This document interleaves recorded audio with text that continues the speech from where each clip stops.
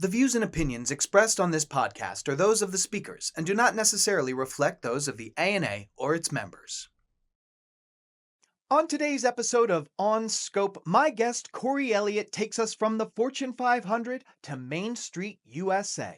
And this week in ANA Magazine, Matthew Schwartz joins me to discuss the history of brand spokescharacters and why B2B brands are increasingly getting in on the act.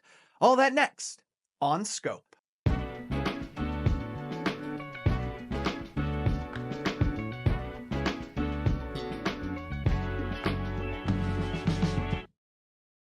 Welcome, one and all, to On Scope, the marketing podcast brought to you by the ANA and powered by Odyssey, a leading audio streaming app. You can get your favorite podcasts, music, entertainment, all of it on the Odyssey app.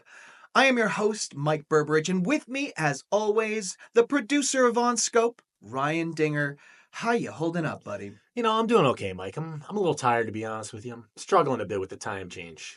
Yeah, that makes two of us. Yeah, it's a tough week when you work in, an office 9-to-5 type job, waking up in the dark. Don't love it. I feel like a farmer. Yeah, because I don't know how to farm. Yeah, and that's imposter syndrome that you didn't ask for. I did not ask for, did not earn, and yet here we are. Yeah, no, I feel you 100%, buddy, but I'm trying to keep focused on the fact that the days are going to start getting longer.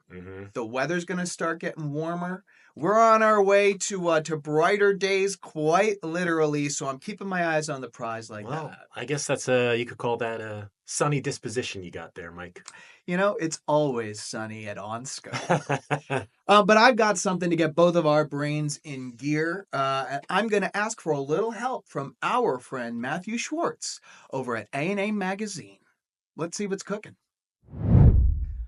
Here to discuss what's new in ANA Magazine is my dear friend Matthew Schwartz, Director of Content and Editorial Development here at the ANA, who is also an editor of the publication. How you doing, my friend? Good to see you, Mike. Likewise, buddy. I got a question for you, brother. Ooh, lay it on me.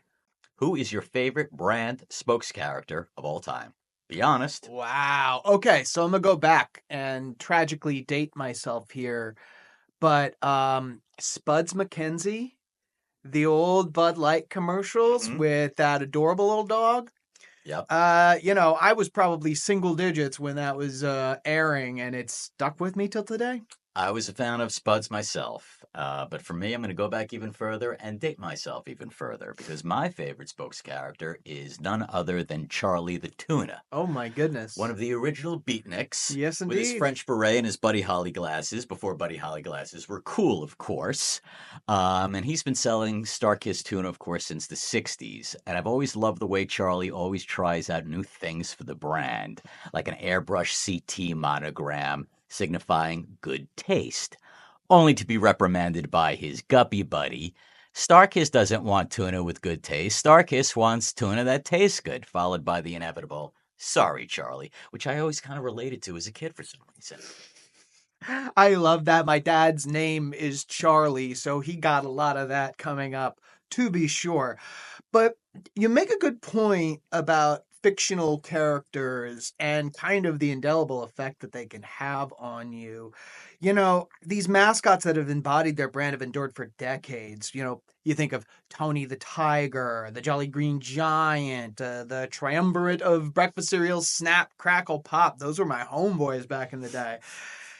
Maybe they have so much staying power because these spokes characters cut through the noise and they provide the warm and fuzzies that audiences can't resist. Now, this isn't something that's solely in the pocket of B2C brands. Am I right in saying that? That's right, Mike. And we've got an article that dropped in ANA Magazine last week that covers the benefits of B2B brands that create their own spokes characters. What luck? Case in point. Duracell's new spokes character, the Duracell Scientist, a human character played by an anonymous actor who is both super smart to educate audiences about the science behind Duracell's power boost formula and physically jacked to illustrate his power. And he made his debut in a commercial that premiered following this year's Super Bowl. Now, although it's a B2C advertiser, Duracell is actually a B2B company that sells to retailers and distributors. Interesting. But Do you think that this Duracell scientist character is an indicator of a larger, albeit slow moving, we're talking B2B here, but a trend in that space? Slow moving is the operative term, Mike. Hmm. But yes, the Duracell scientist is yet another example of how B2B marketers are taking a lead from their B2C counterparts, a trend that's actually been, again, coalescing over the last several years. And now that more and more examples are out in the market, how is this all playing out? And how do B2B marketers change their mindset if they're not already doing this to embrace more B2C like marketing? Part of it, Mike, is having a sense of play and looking at the bigger picture.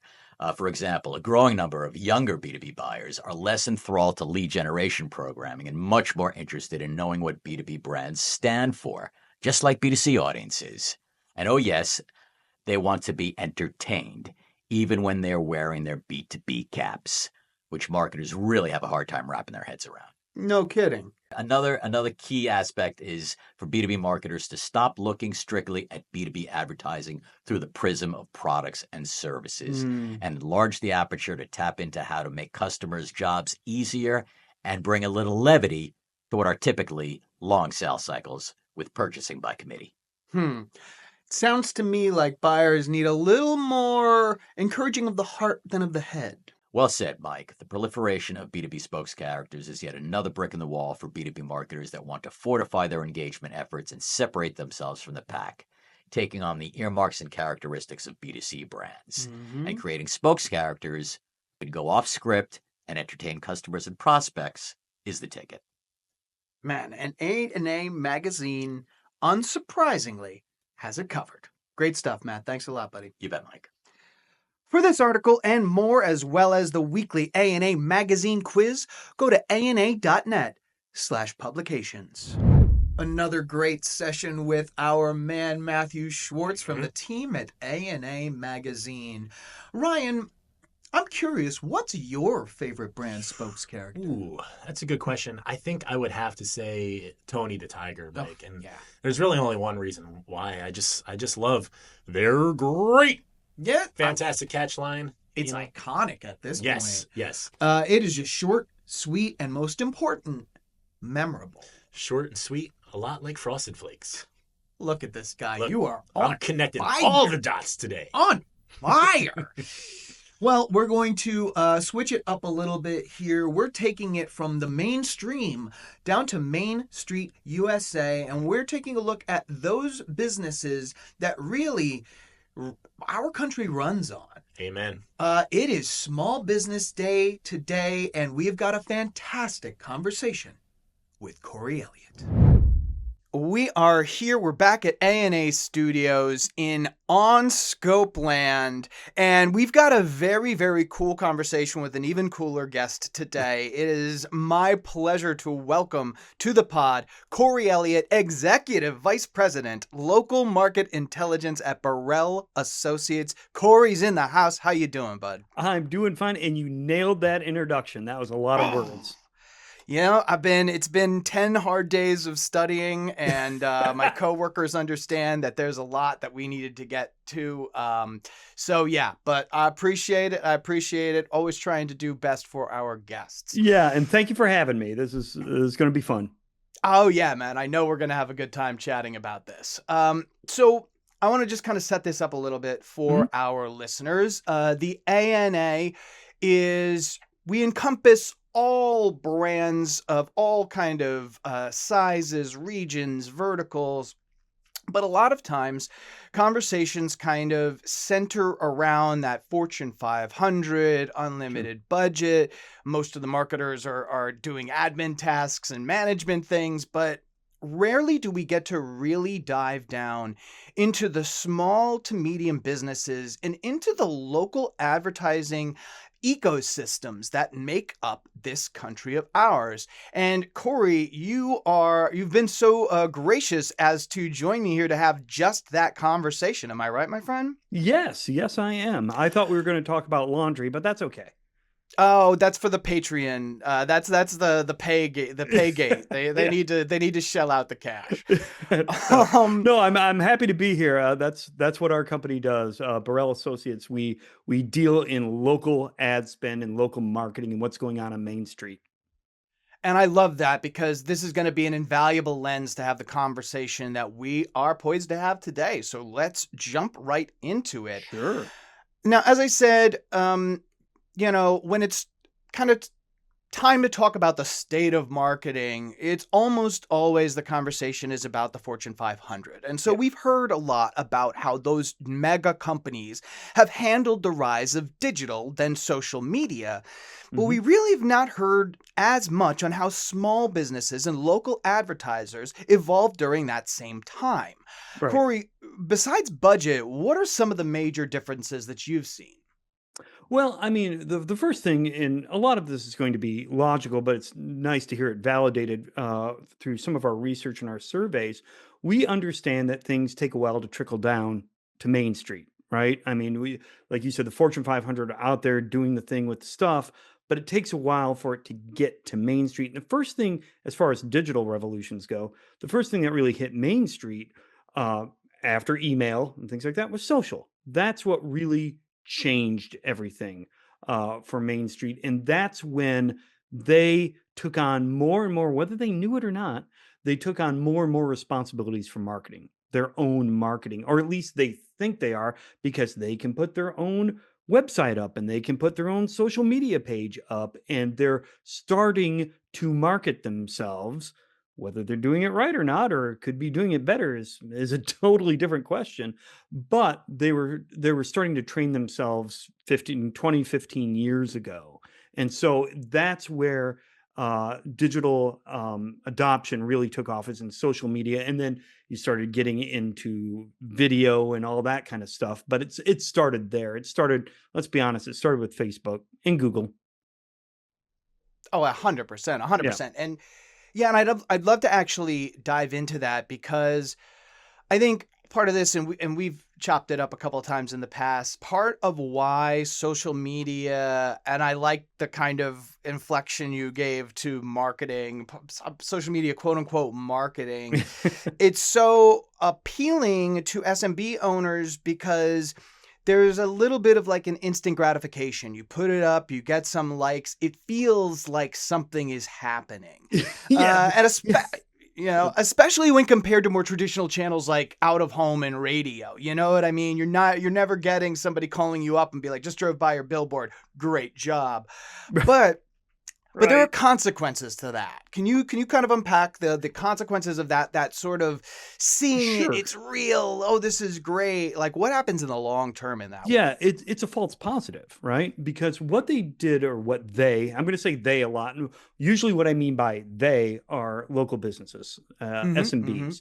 So what they discovered over time, when Facebook first started appearing and started really taking off, and they understood, wow, I could post something and I get likes.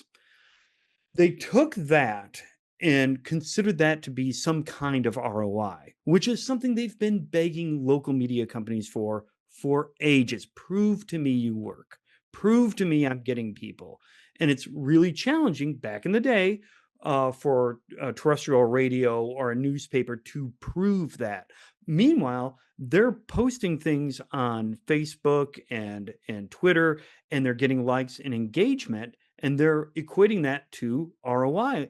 And they held the feet of the local media companies to a fire by saying, look at what was happening over here with something I did. I posted this myself. And look at what I got. I got 57 likes. What are you doing for me? And so local media companies had to battle that for a while. Then what has happened, to your question, is how does that evolve? Is they are learning. The more they do this, the savvier they are becoming with marketing. And they're starting to realize, oh man, wait a minute. Wait a minute. Likes don't necessarily mean the cash register is going to ring. Oh, damn. And so I always like to say, what they thought was a silver bullet turned out to just be a cheap silver plate. It didn't have everything they wanted it to. And so got a little bit frustrated with that. And again, they're really crying out for marketing help. That's what they want. But they don't know where to get it. That's the problem. Yeah, that is a massive, massive problem. And that just actually reminded me that even giant brands are not completely inoculated from that kind of thing. I just remember there was this study now, probably 10 years old. I'm dating myself, but I'm good company. Hey, Yeah, there hey. you go. But there's a study about 10 years old that, auto companies used to be like, look at the clicks on our website we're getting. We're driving people to the website. And it was found out that those people are very specifically not going to buy your cars. They like looking at cars. Like they're not even not especially your target audience. They're like specifically not your target audience. So that just kind of brought that back to me. But Yeah. let's get back to kind of how we can move forward with this. Like, so now to your point, they're realizing that getting 50 likes there's not a linear or really any kind of noticeable connection to that and their bottom line. How do SMB owners who kind of have that marketing remit thrust upon them, how do we help them truly understand marketing and what they should be doing? Oh, well, it depends on who you mean by we. There for in a local market, but like I said, what they tell us in our surveys is, look, we want somebody to help us with marketing. I don't have the time to do it. I understand there are things I'm missing. I need somebody to help me. But the challenge is there are so many local businesses, and there have been more since the pandemic. The business licenses just exploded during the pandemic and keep going. There's more and more small, medium businesses out there, and it's hard to service all of these guys. So I appreciate that. Uh, but what local media companies can do, or local agencies, or anybody on the local front, is education. That's first and foremost. Is educate these guys, help them get better, or barring taking over their marketing, because like I said, it's probably not feasible to help absolutely everybody, even though that's what they want, and are asking for. And now I'm on a rant. The other the other problem is, for a lot, at Burrell we deal with a lot of local media companies. So we're talking about local radio stations, TV stations, newspapers, magazines, things like that in a local market. And so many of them over the past few years have seen the rise of digital, obviously, and have changed their trajectory, or tried to go from a media company to a marketing company to more of an agency kind of feel. Like, hey, I've got you covered. I have not only do I'm going to pick on newspapers. Not only do I have newspapers, but I have all these digital assets that I can throw at you. And look, aren't I a great partner, a marketing partner? The problem is, and it's hard one to get over, is that a lot of the media companies and the AEs that are out there to be marketing professionals or marketing partners are handcuffed, because they can say they want to be a marketing partner, and I am, agnostic, and I'm going to help you with marketing as long as you buy all the stuff I'm selling. Then then we're good to go. But it's few and far between you're going to find a newspaper company or a newspaper rep saying, hey, you know what you really need at the top of this whole consumer funnel? First of all, I got to teach you what a consumer funnel is. Yeah, Mr. Small media business owner. But I really need you to have this outdoor billboard. It's not an O&O. I don't own and operate that, but you need that.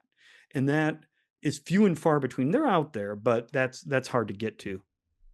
Yeah, I mean, well, and it's almost, especially if you've been in one channel for long enough, it's almost like developing expertise to kind of give away, which Yeah. is a very gracious and lovely thing, but very unrealistic, even for the people with the best intentions. Yep. So yeah, that's another thing that kind of is reflected onto the larger scale, but I think has much more of an inflection point down at this ground where, you're having clients that they're not even coming with the wrong ideas. They're coming with no ideas Yeah. and Oh, looking for yeah. help. Yeah. And that's the thing that I always question is, who is making the marketing decisions? Where does that happen? Who comes up with the campaign? Because so often local media where they fall down is, and I talk to reps darn near every day, and a big complaint is we have too many things to sell.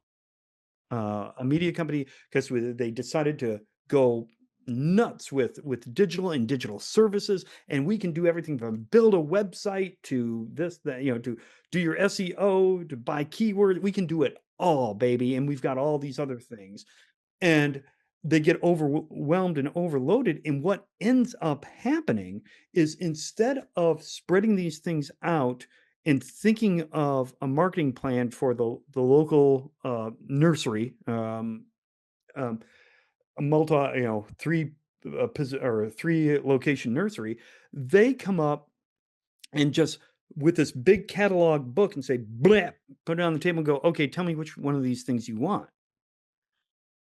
Which sounds like it's great because look at all these things, but it's putting the onus of marketing back onto the local advertiser or the local business. So I become, and we've talked about this before, I become, as a local media company, nothing but a vending machine at that point. I'm an advertising vending machine. Hit the buttons you want. That's it. And that's not what these guys want. And I've often said, here's a clue. If a local business, if you're a media company or an agency, if you're talking to a local business and a local business isn't asking you about marketing but is still buying stuff, they've given up on you. They've given up on you as a marketing partner. You are a vending machine. Give me this, this, and this, and get out of my office. And that's a losing position. Yeah, no, you were absolutely right. At that point, you've kind of lost the plot. So let's keep going. After we come back, let's talk about one of the biggest challenges that local publishers and agencies face and how you think that they can overcome them. Sound good? Great. Ryan? Yes, Mike. I would like to play a game. Ugh, I hate these. Okay. Yeah, well, I'm in the driver's seat. Yeah, We're you playing sure a are. game. I made my bed. I'm gonna lay in it. Absolutely. So this is a brand new game that I just came up with. Uh-huh. I'm pretty excited about it. It's called What's the Price? Sounds a little familiar to me. I don't know where it would sound familiar I'll because take your this is word a for it. completely new and unique idea. Yes. But I'm going to name an item. Okay. You're going to tell me, give your best guess at how much it costs. Oh, interesting. All right. Okay? Fresh idea. Brand new. Pretty proud of myself on this one. Item 1. A cup of coffee. I'll say $6, Mike. Ooh, we're getting some fancy coffee, Yeah. but that's accurate. No, I absolutely had that experience before. A salad in Midtown Manhattan. Oh man, $20. If you have a coupon, yes. How about a client-side marketer A&A members entry fee to any and all of our 18 national industry conferences? That's got to run you at least $2,500. You'd think. Yeah. It's a little bit lower than that. Oh, really? $0 and 0 cents. $0. And 0 cents. No cost. No cost whatsoever. No. Is that right? That can't be right. I double checked with our marketing team and it's 100% Look at that right there. accurate. $0. $0. 0 cents. That's unbelievable. Yeah. This is just a too good to be true opportunity to connect with marketers across the industry, to learn, to share, to co-create with the biggest brands and the brightest minds there are. Ryan, this is insane to me. Yeah. It is just, it's unmatched networking opportunities at some of the nicest resorts on the planet. For sure. For no money if you're a client-side marketer A&A member? $0. This is just absolutely absurd in the best way possible? Yeah, I can't believe you. I mean, it says it here, but I can't wrap my head around it. Well, you can't write anything down if it's a lie, so I'm trusting where we're going. I don't with think we would do this. that to our listeners. No, I don't think so at all. And Ryan and I have both had the privilege to be at A&A National Industry Conferences in the past. That's and true. It's really hard to put into words the magic when everybody's on the ground. They're off site. The day-to-day is not dragging them down. It's just them, their ideas, and just that energy mixing. It's kind of second to none. Yeah, it's great to get out of the office for a little bit, enjoy a nice resort in a nice place. Yeah, you really can't beat it. And for $0, I mean, I'm still trying to figure out how we're making money on these things, to be honest. Well, you know what? We're English majors. Leave that that's to the not my people. forte. Exactly. A little bit above our pay grade here. But if you want more information and want to check out the entire lineup of 2025 National Industry Conferences, go to ana.net/conferences. And now, back to our show. So what are you paying for a cup of coffee? I got a guy. All right, we are back. We are talking SMB's local advertising. We're really bringing it from the mainstream to Main Street with my guest, Corey Elliott of Burrell Associates. Corey, in one of our earlier conversations, I love the way you set this up. Okay. You said something along the lines of, almost every small business owner has at least one thing in common. Yeah. And that is this kind of staunch belief that like, oh, no, my market's different. Like that might fly in Pittsburgh, but here in Erie, it's a whole other world. Yeah. How do you overcome that when that's what you get as like as a marketing partner? Yeah, and if I think I said if I had $1 for every time I've listened to somebody say, "Oh no, my market's different," I wouldn't be talking to you right now. Here's the thing: it's everybody, every media company, every small business, everybody thinks their market is absolutely unique. And before you roll your eyes too hard, it's true. By virtue of every market being unique, they are. They are unique. There are unique things about it. And that's the advantage that local media companies, and I'll get through this puberty thing. Just stay with me. These local media companies and local agencies can leverage. They can leverage their local knowledge. And that's going to be the challenge. We talked a little bit about there seems to be a growth of agencies that are focused on one thing that they feel they can spread across America, whether it's one particular digital service or perhaps it's one, hey, we are the go-to agency for taxidermists. We are it, boy, and we can go everywhere. That's when you run into but I'm a taxidermist in Pittsburgh. We're a little different than Youngstown. You're 2 miles away from, but anyway, and so that's a little bit of a challenge. So you do have to, and there's plenty of ways that everybody can get educated about the nuances in any given market. So you do have to nod your head and say, I know how you're different. And that's the key is anybody can say their market is different, but it falls flat if they don't know how, right? And that's the key. Even and I'm picking on the small businesses too. Oh no, Youngstown is so different. Great, tell me how. How is it different? And then that's the enlightening part of it all. Yeah, well, and also that is like that. Welcome, small business owners, to marketing research. Yeah, like exactly. Having a really good answer for that question is actually very powerful. But if you stop, you absolutely should know how your market is different. I'm not believing you, double negative, that your market is different. You got to know how.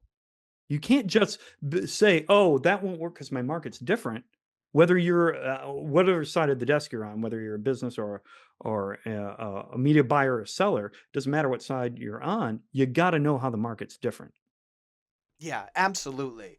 And would you go as far to say that, for a small to medium business that maybe does have at least the resources enough to reach out to somebody for some help, that instead of trying to become a marketing expert, that you should become your market expert. I feel like that is a much better use of time potentially before working with an agency, before working with a publisher, to really, you know, get smart on your area instead of trying to get smart on the mystical arts of marketing.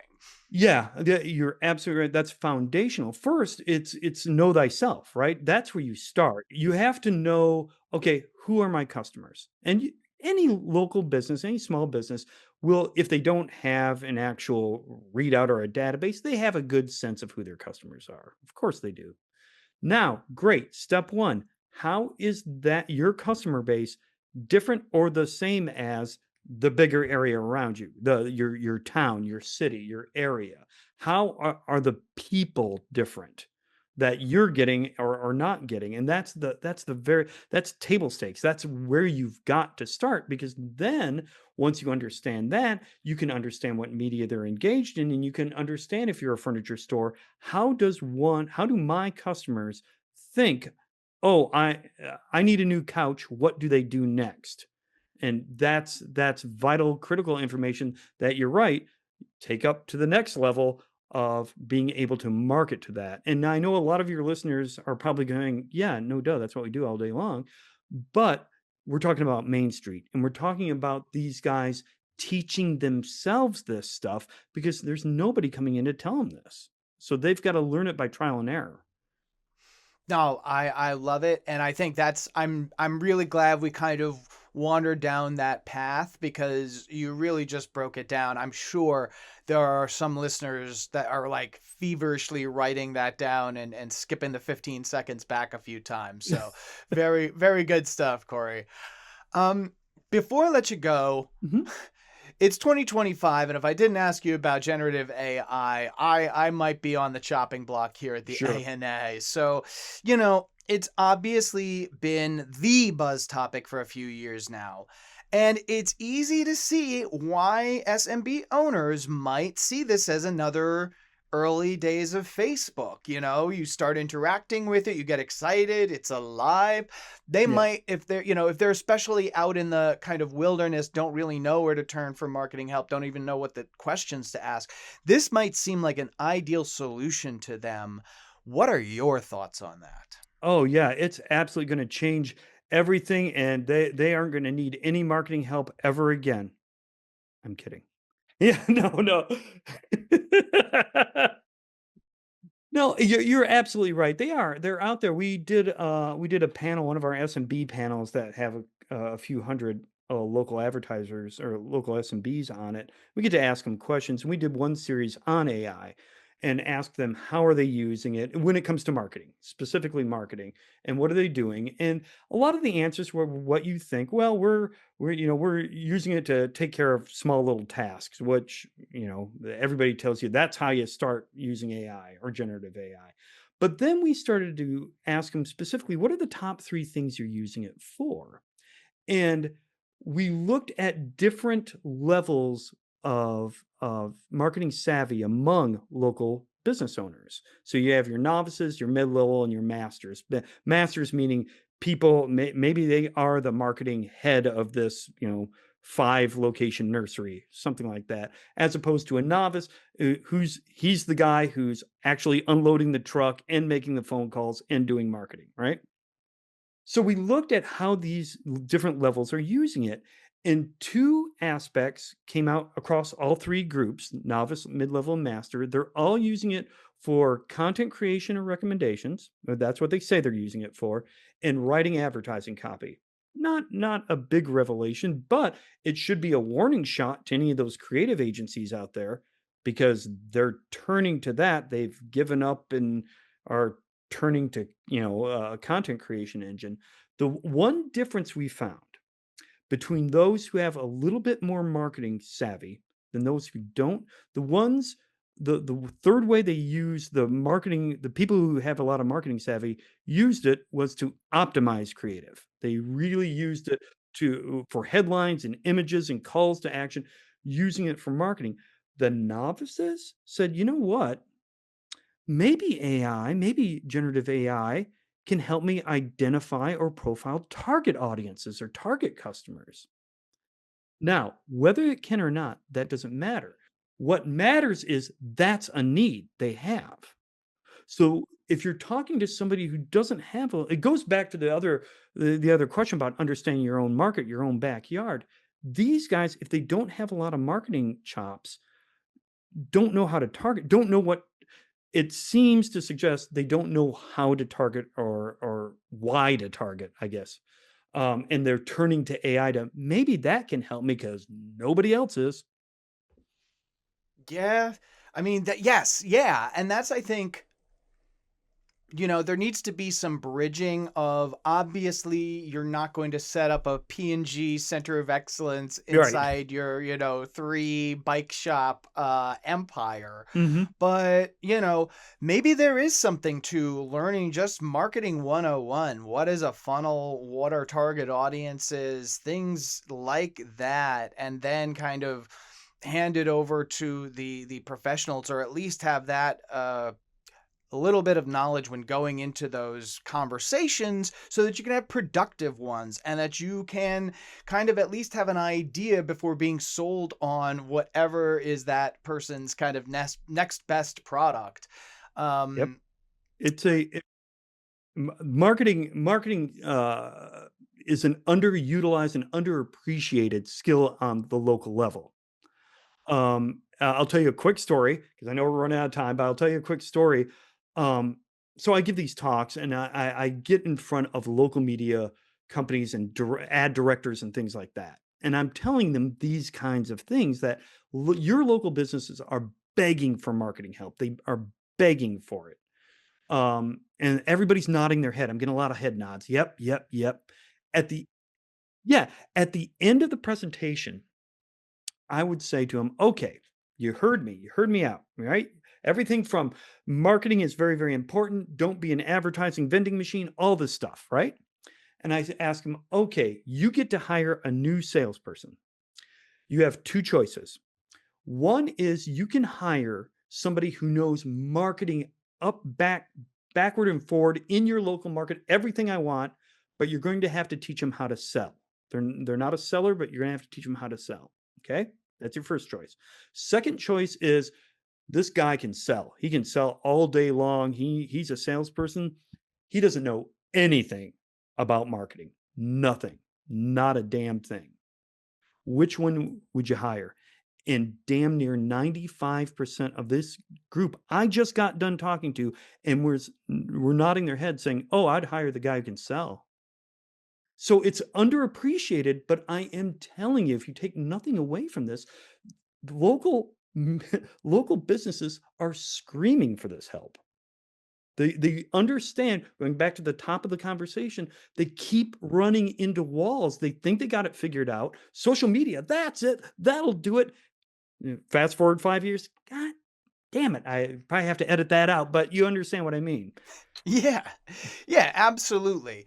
I mean, from your lips to the industry's ears, Corey, I really hope that there are some folks out there who listen to this conversation and approach local advertisers or small business owners, whatever side of the fence you're on.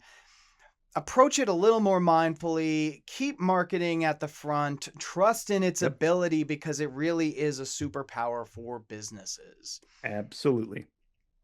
Corey, this was an absolute pleasure, my friend. I will talk to you soon, and thanks so much for being a guest on Scope. Well, thank you for having me. Well, folks, there you have it. Another episode of On Scope, the marketing podcast in the books. As always, I want to thank my guest, Corey Elliott, for a fantastic discussion about a corner of this industry that doesn't get the love it deserves. A little bit of a heads up for you. We here at OnScope are taking a little 1-week vacation, but we'll be back on Thursday, March 27th, and you are not going to want to miss that episode. My guest, Jonathan Kopulski, and I discuss marketing in the age of Trump. As a reminder, if you have a topic or guest that you'd like to see on Scope, shoot us a note at onscope@ana.net. And now, your moment of marketing meditation. Take a deep breath, relax your shoulders, and consider the following from an unknown luminary. The city is a canvas, and its people are the artists. Think on that, and we'll see you in 2 weeks.